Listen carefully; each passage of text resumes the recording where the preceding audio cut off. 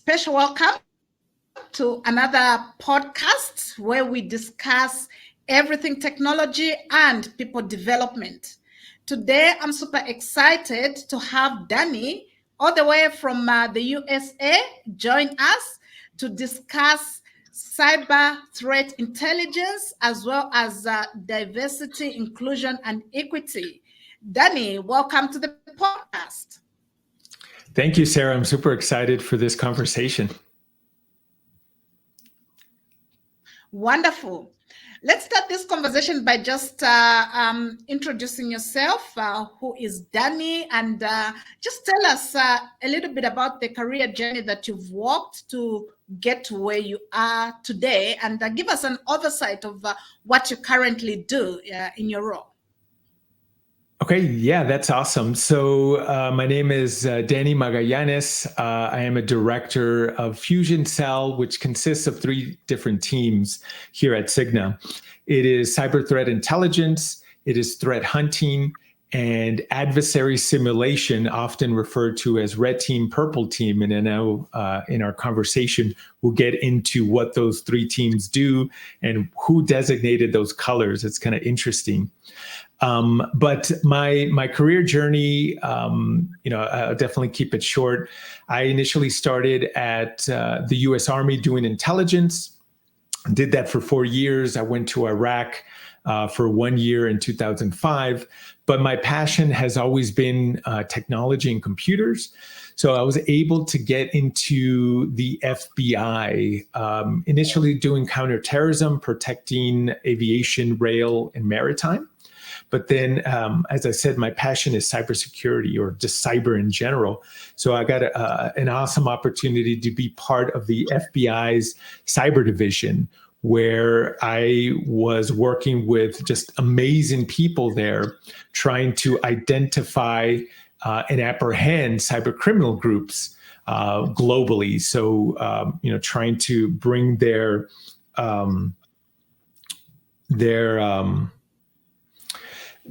networks down, because they're creating a lot of havoc.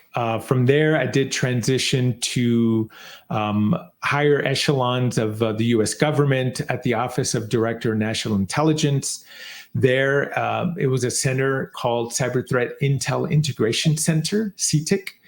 And there I was able to, lead a community of interest of senior cyber threat intelligence analysts to look at and inform our senior policymakers on the threats that these cyber criminals pose there. So just an incredible opportunity. I did wrap up my roughly about 15 years in the US government, and then I transitioned to Accenture, a consulting firm that is global, but I was working on the federal side. So I helped protect the 2020 census, and it was a lot of work. It was just an all-star team there.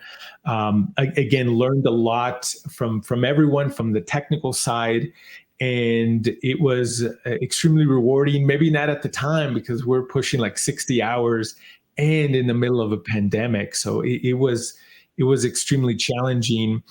I have kids at home, and now all the kids are at home doing remote schooling. So, again, everybody, I think the world was going through this transformational change during COVID. But from there, I did that roughly about 2 years. And then now at Cigna, where I'd lead a cyber threat intelligence team and hunt and the red team, purple team there. So hopefully that encompasses, gives your audience a high level overview of, where I've been and, hopefully where I'm going. It does, certainly. And I always love people to talk about just their side of, being a father and just finding that work-life balance. How do you do that? Do you do well in that area? Listen, we all trying to find the perfect, balance for as long as they're a working parent. Yeah, I mean, unfortunately, I struggle with that.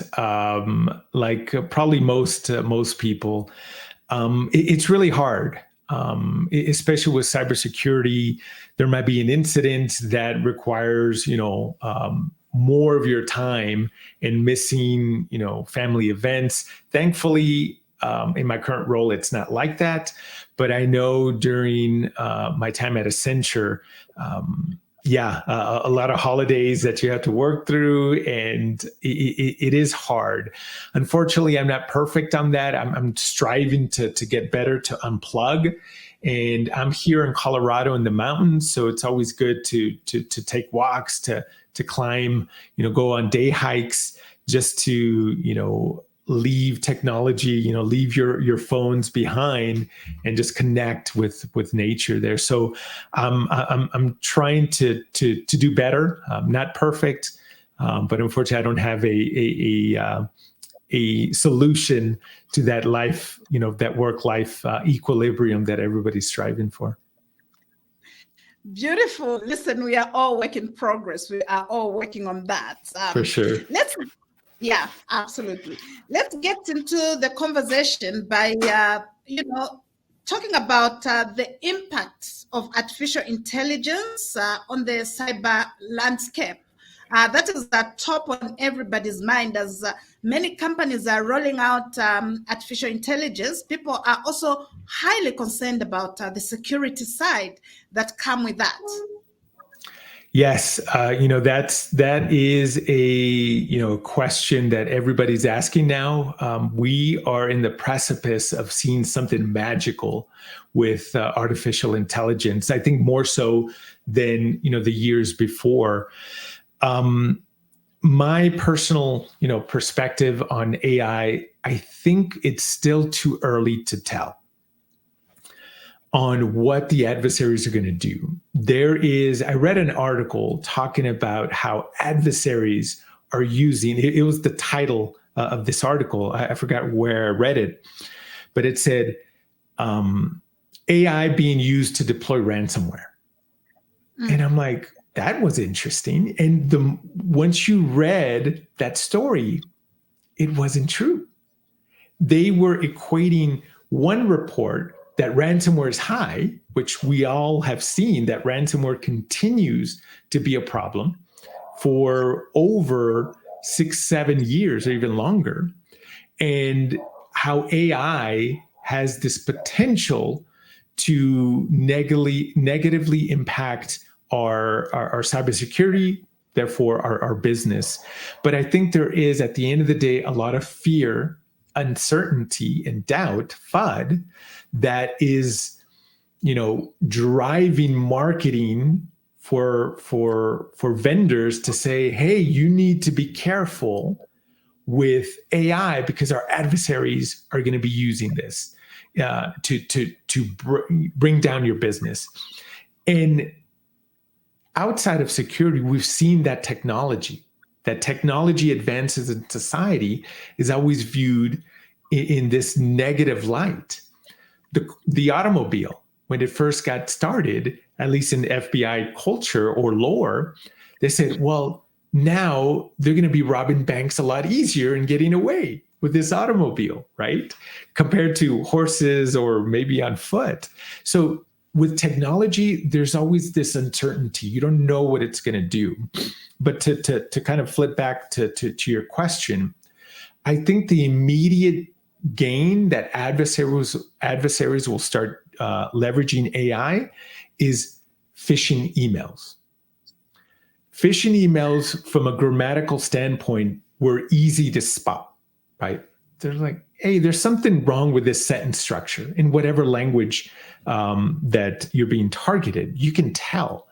But now I think you can craft a perfect email to entice your victim to click on that email, and then ultimately giving unauthorized access to the adversaries there. So I think that is the initial big threat that we need to be concerned about. So then our phishing educational awareness needs to get better.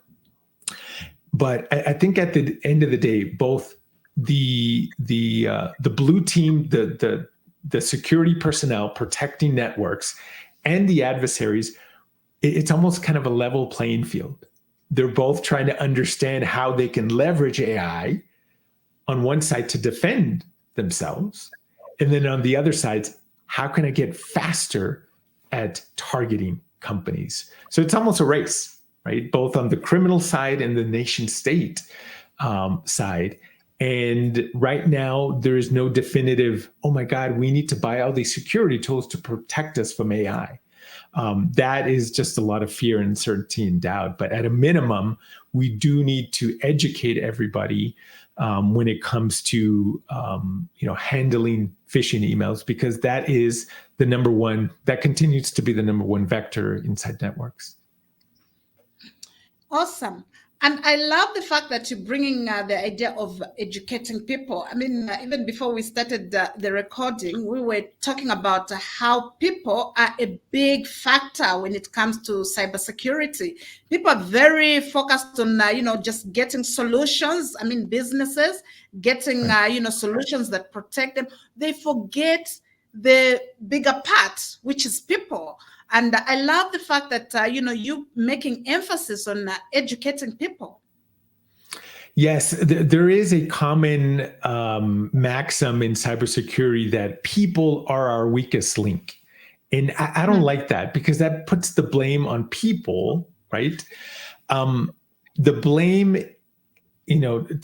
I want to deflect that from people. We're all human. we all want to do the right thing. But it hits our psychological aspect, right? There was, I'll tell you a quick story that nobody is going to be immune to phishing emails. But there's this story that I heard that it was a cybersecurity professional received this email indicating that there was some incident at their child's school, that the school's on lockdown. And so, but something, raised doubts in this individual. It's like, click here for more details. He's like, no, I'm not going to click details. But he turned on the local television and there was something there. He quickly clicked on that. Turns out it was phishing.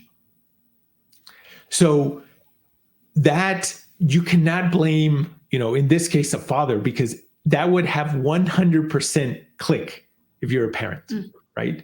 And he used, an additional source, the local television, reporting at their child's, school. Everybody would click on that. So I think automation and security tools can filter some of that out.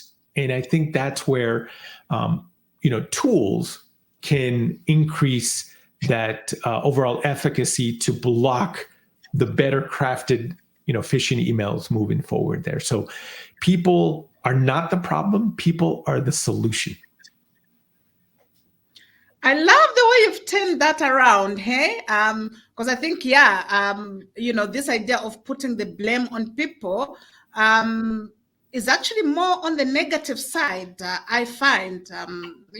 Like you're saying, I think people are trying their best to make sure they're doing the right things. And I think the challenge is just to make sure people are well equipped, so they are able to, navigate these spaces, with much knowledge that is required. Exactly. So it's this collective defense mindset. Not one solution is going to protect us all, but when we're working together and educating, like you mentioned, is key. Let's look at cyber threat intelligence. I am always very intrigued by these concepts and terms. What is it? So at the end of the day, I always try to simplify, key, concepts within cybersecurity. It's information for you to make informed decisions. Take, for example, you get a letter. You're at a restaurant. You get a letter from somebody, or the waiter. It's like, hey, here's some information. And let's say you're in a beach town, and it's a letter from the weather service. Hey, a tsunami is heading your way. Ooh, that's information for you to make informed decision. More than likely, everyone's I need to get out of here. I need to take action based on this information. So at its basic level, it's to drive informed decision making. And this is my kind of personal take and personal opinion. Intelligence, or the way I refer to it as cyber threat intelligence, it is a business enabler.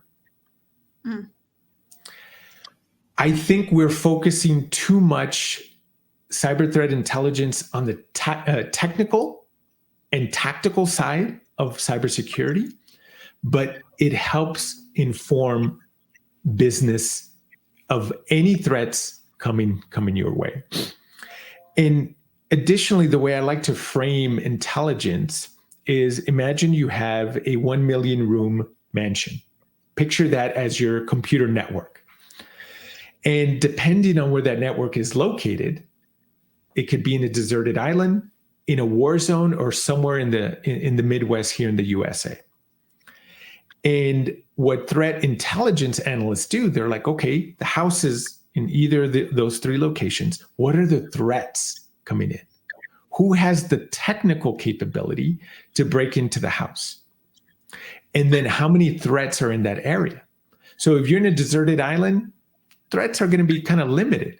And the only way to get to that island is via boat.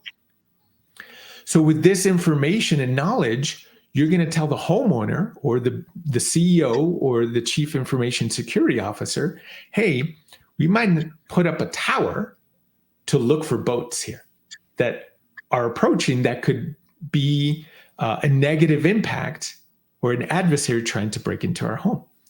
So what intelligence does is takes that and looks at the techniques, what we refer to TTPs, techniques, tactics, and procedures, how they break in to a bank, how they break in physically into your home. So then that's one piece. The other piece is, do you have something they want? I might have a collection of rare coins from all over the world that some adversaries might find that extremely valuable. But my neighbor might just collect glasses, right? All these jars. To certain adversaries, that might not be valuable to them. They're like, I don't care about glass jars.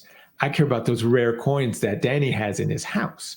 So then now I have adversaries that have the technical capability to break into my 1 million room mansion, and the motivation because they want those coins. So from that, I'm able to inform the homeowner that here's how they break in. Now let's deploy defenses or security tools to protect from that.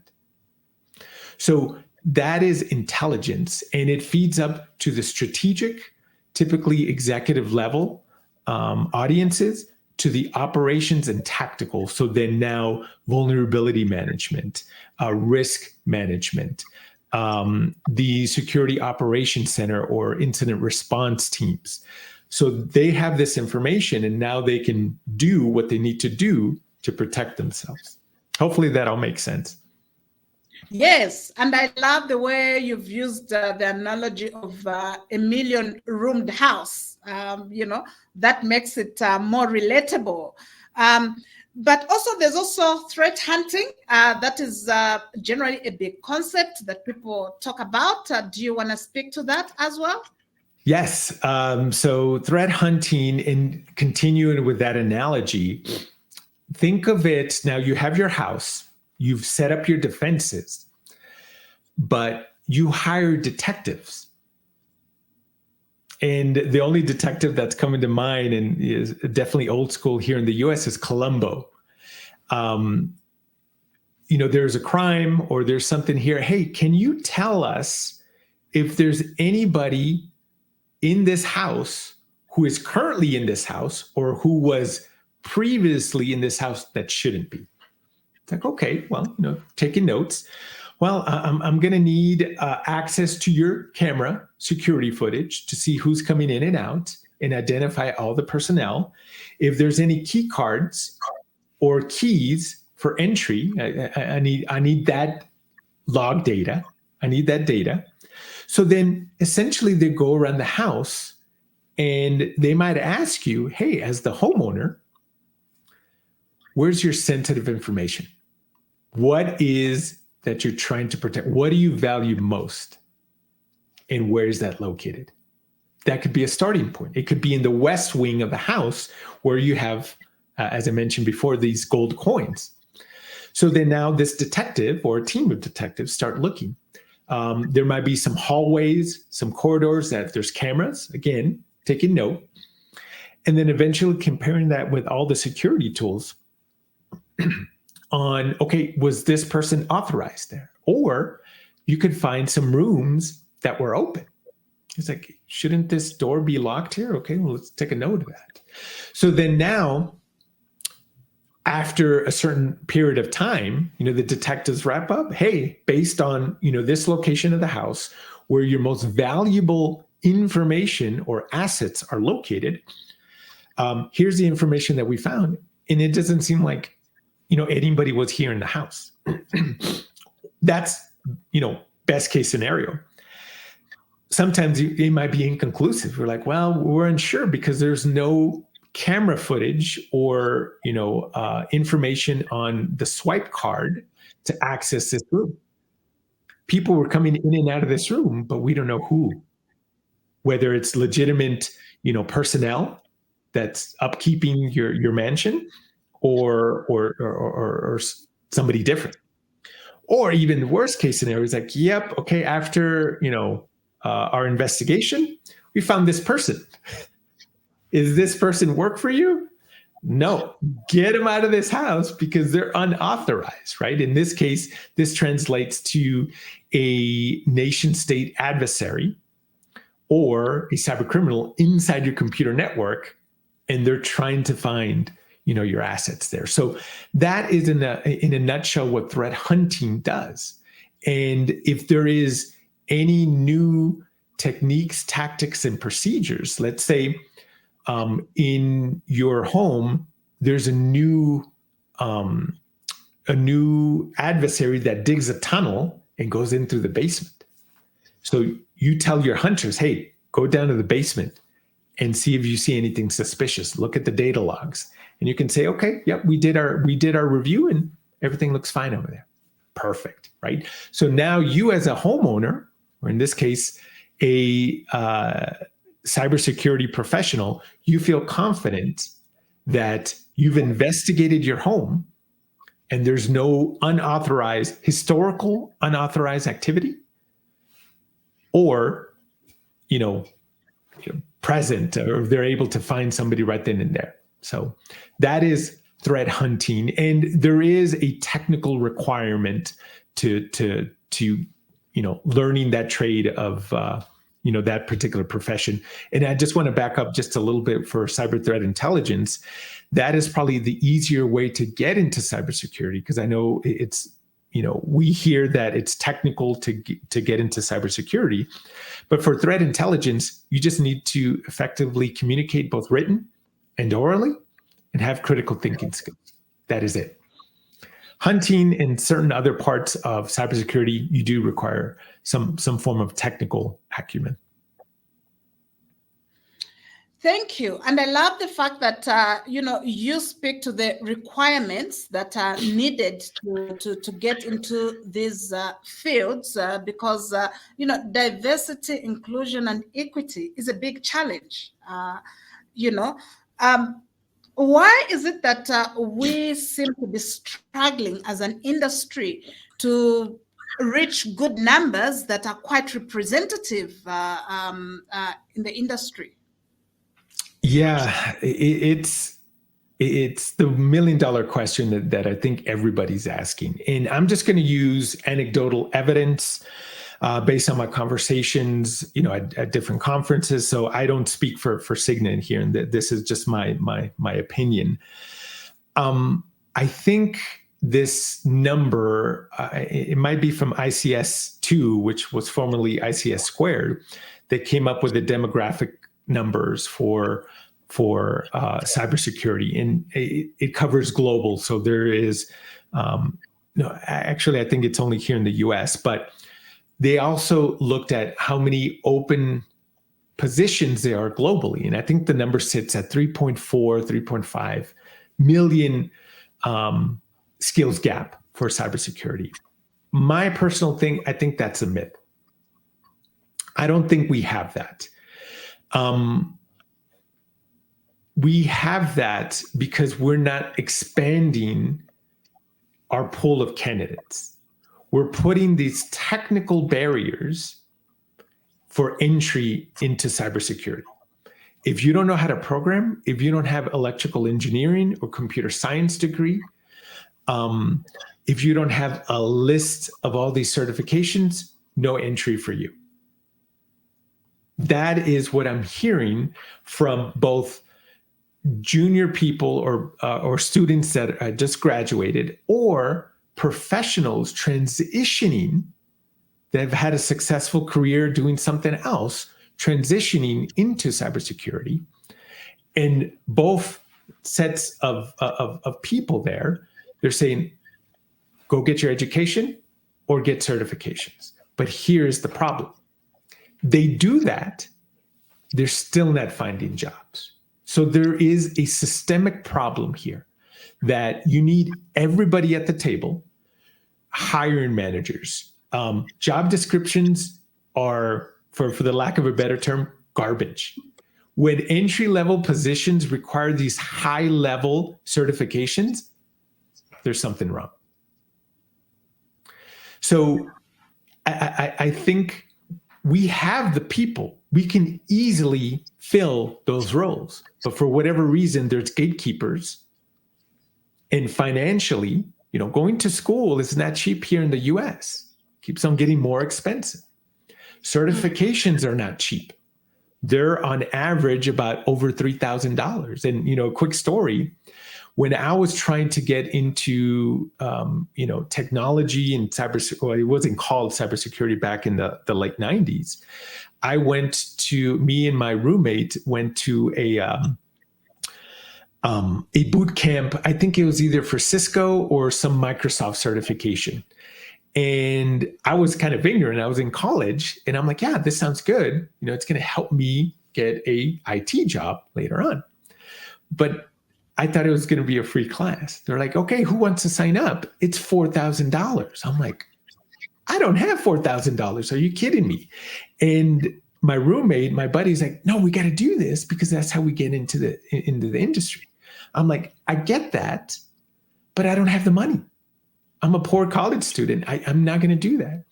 And fast forward, he ended up spending the money and to this day has never been part of IT or cybersecurity.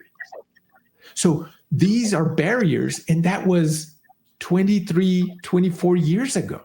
And we're still continuing to put those barriers. So then financial barriers affect, people of color and minorities more. And then even if we do get in debt, they're still not allowed entry into cybersecurity. They have their certifications, they have their education, but then they can only find entry-level positions. That is wrong. So fundamentally, we as cybersecurity professionals are failing to address this need. I love that challenge that you bring to the table, Danny. I wonder why people are so stuck on qualifications and certifications, especially for entry-level jobs. We all know that in the tech space, people are learning on the job. You're a good example. You studied psychology. A lot of people that I'm meeting that are specialists, even outside cybersecurity, that are leading teams that develop artificial intelligence solutions, even do not have even a technical background. Some of them were accountants that transitioned, into these new spaces, and they just went on a learning journey. How can we start challenging that mindset, especially for the gatekeepers that are sitting there, and they are looking for all these qualifications and certifications that are technically keeping people away from entering the industry, especially the minority groups? Yeah. Again, I don't have a good answer for this, but I'm gonna, go back to, your passion about education and awareness, right? About cultures, about how bringing in diverse personnel will help you be more innovative. And from a business standpoint, businesses exist to make money, at least, here in the US primarily, what I know. But when you have diverse teams, you bring in more money because you're able to quickly solve problems because you're more innovative, and in turn, you're able to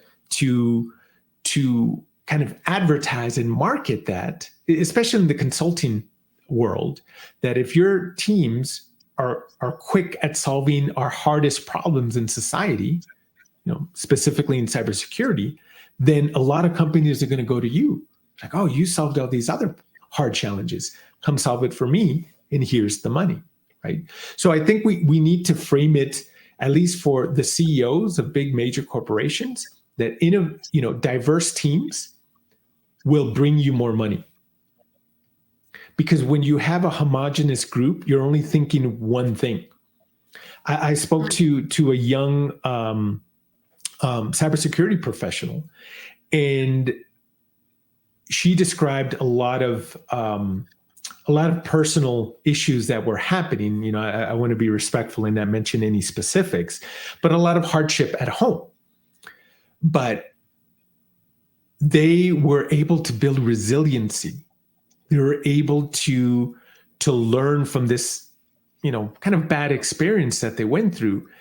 Not everybody goes through that. So if they see a challenge, they have the tools to overcome that, as opposed to somebody who's never, who's lived, a life of privileged, that have never experienced, backlash from society or financial woes or medical issues in their home. Then this is an opportunity, to kind of bring that to light. But we only do that with diversity, right? And I think that's hard to measure. But the only way to do that is to educate folks, right? To start looking and reading outside of your comfort zone. I'm to the point where I want to make people feel uncomfortable, because this can be rooted in society, right? That they might view certain people, hey, maybe they're not as smart as us, and that's fundamentally wrong, right? So I know that's not a good answer, but at the end of the day, it's about education and awareness, and leveraging employee resource groups to come talk to cybersecurity professionals, or even have your cybersecurity professionals, your team, go to these ERG groups to just get a different perspective, to start broadening their mind from a different culture and background. And at the end of the day, when we understand when we don't understand something, we become fearful of that. Once we learn, oh wow, I see why they do that, from a culture perspective, it's not that bad. And it's all about education. Beautiful, beautiful, beautiful. Let's look at how we can start attracting the Gen Zs into the industry. How do we remove those barriers so that, the Gen Zs and the professionals that are transitioning from other fields can easily get in and start building themselves? I know you've touched on it here and there as we've been conversing, but let's just solidify that. Again, another hard problem, right? Yeah. Gen Z, I read a couple of studies that the majority of people here in cybersecurity, or people trying to get into cybersecurity, they look at companies not only at the position or the requirement they need, or the job requisition, but they look at the company as a whole. And what are they doing from a societal impact, an environment impact, right? But they were looking, I want to say, I'll try to get, I'll give you the link so your audience has the right numbers. But I want to say it was 74% of generation of employees or prospective, individuals wanting to get into cybersecurity. They look at DEI initiatives of these companies, and if they don't have any DEI initiatives, they don't go to that company. So why is this important? This creates the lack of, talent pool coming into these companies, right? If you have a diversity, equity, and inclusion program, then you're more than likely going to get more people applying for your positions. Generation Z, I think, is even higher. It's 84%. And I'll use a quick anecdote.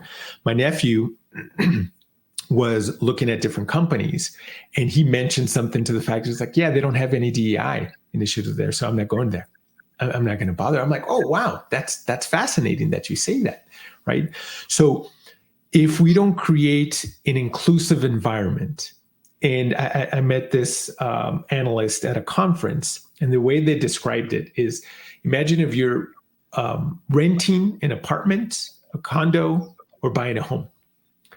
You go into this home, can you see yourself in there?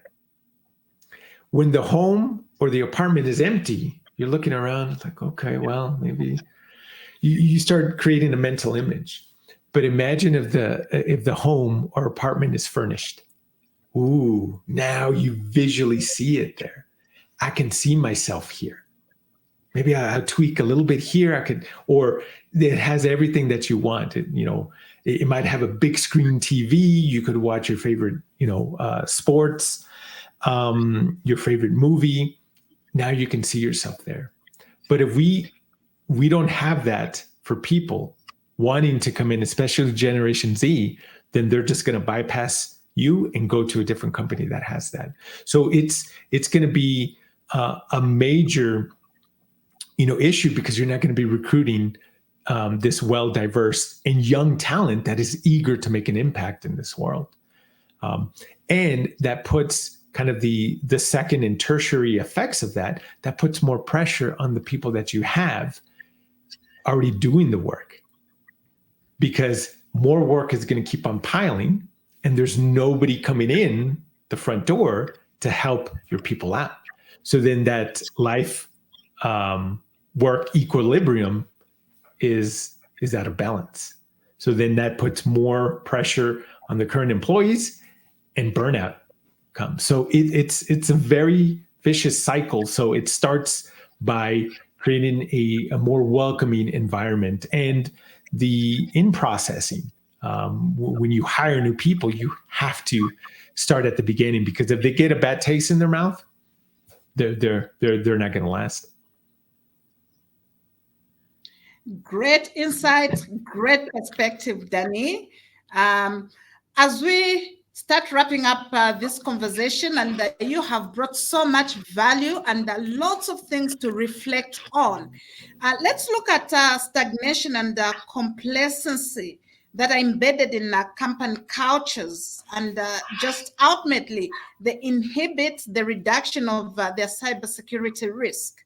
How can people break out of that cycle? Yeah, that's an interesting question. And again, I love all these hard questions, and hopefully I'm adding some value to your audience. I think we need to start looking, almost having a paradigm shift or a revolution in cybersecurity.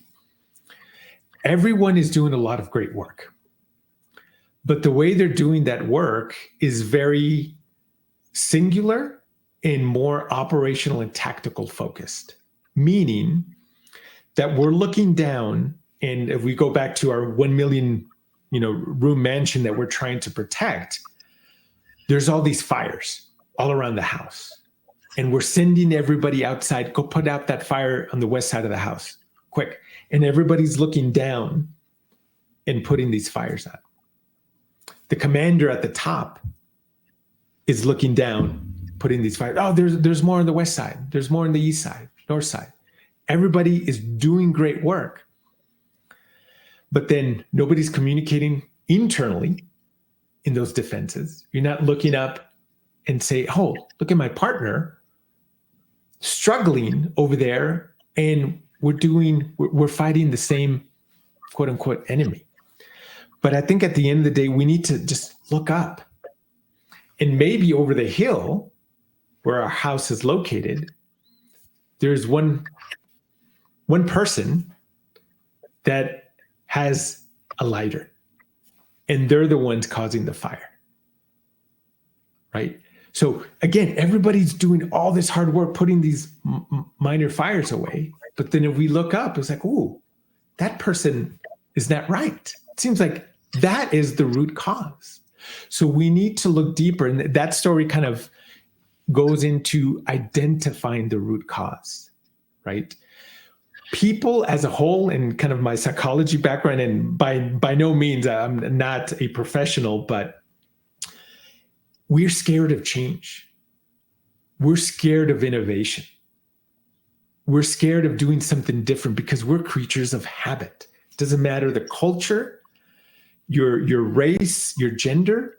We all love, doing things that doesn't bring anxiety up. When we get into an anxious environment, then we kind of close in. But I think in those areas, once we learn and grow, when we are anxious, when we are on our toes, and okay, this is different. Let's embrace that different aspect to see where it leads. It might lead backwards, which is fine. At least we know, okay, we did this route, but it wasn't good for our teams, for our cybersecurity. But that shouldn't hinder you all to do it again, but in a different perspective or a different focus, right? Because eventually something is going to stick and say, ooh, okay, now complacency goes away. Innovation is rewarded when you start thinking outside the box. But I think time is our biggest issue, because we're just looking down, putting all these fires, attending meetings that we might not show any value, but that's how performance is measured. How many fires you put out and how many meetings you attend, right? So it's, for me, in my military background, it starts at the top, right? That culture has to, funnel through. I think the best, from my perspective, or more, people who have been in cybersecurity for quite some time, maybe startups are the best opportunity to really inculcate that culture of being proactive, being innovative, because, when you're in bigger corporations, it's a little bit harder, right? It's almost like an oil tanker, and you want to change directions 90 degrees. It's going to take some time, right? And sometimes, there is that resistance for, right or wrong, that just like, nope, we're going to keep on going straight. We're not going to shift to warmer climates, et cetera. So again, that's just my perspective, Sarah, on some of these challenges that we face. But I would love to, anyone in your audience would love to partner up, and how we tackle, how we, educate our leaders, not only here in the US, but globally, because everybody's going through the same challenges here. How do we, protect our 1 million room mansion better, more efficient, and cheaper? Well said, and great insight. Thank you, Danny. It's just been absolutely amazing having you on this show, and you have brought so much value to all the topics that we discussed. I'm really, really grateful that you were able to come on. Well, thank you, Sarah, for this opportunity, and just want to make a comment. And you've doing a lot of great work as well in your respective space. And thank you for all the good work you're doing as well. Much appreciated. For now, it's ciao ciao. Hopefully we can have another engagement where you can bring more insights. I really learned a lot, and I actually enjoyed having you on the show. Anytime, Sarah. Take care.